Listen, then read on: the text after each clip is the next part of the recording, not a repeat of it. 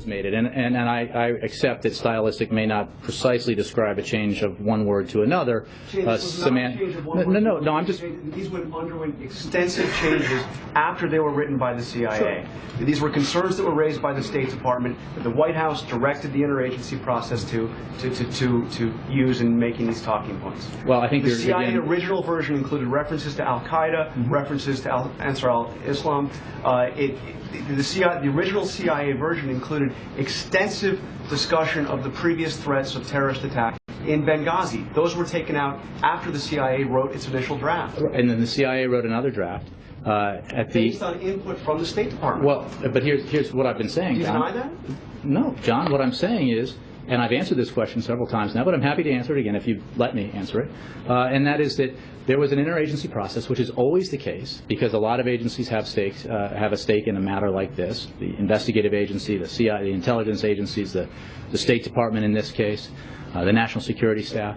And everybody provided information and comment, and then on Saturday morning the CIA said, we're going to take a crack at drafting these points based on what we know. And the things that you're talking about, again, don't go to the fundamental issue here, which was what could be said concretely about what the intelligence community knew to be true. Not that some people thought it was Ansar al-Sharia. Some people thought it was other al-Qaeda affiliates or other Libyan extremists. So we knew it was extremists, or we believed we knew that extremists had participated.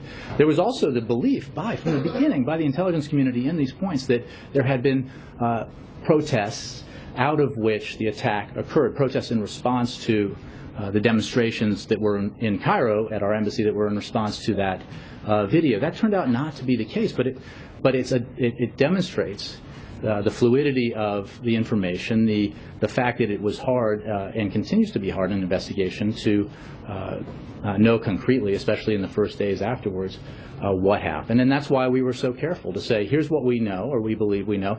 And every time we said that, we fully expect this information to change as we learn more. And it did, and we provided it. And again, the whole effort here by Republicans to find some hidden mystery comes to nothing because the president called it an act of terror. The ambassador to the United Nations, that very Sunday that has caused Republicans so much concern, talked about the possible involvement of Al-Qaeda and Ansar al-Sharia.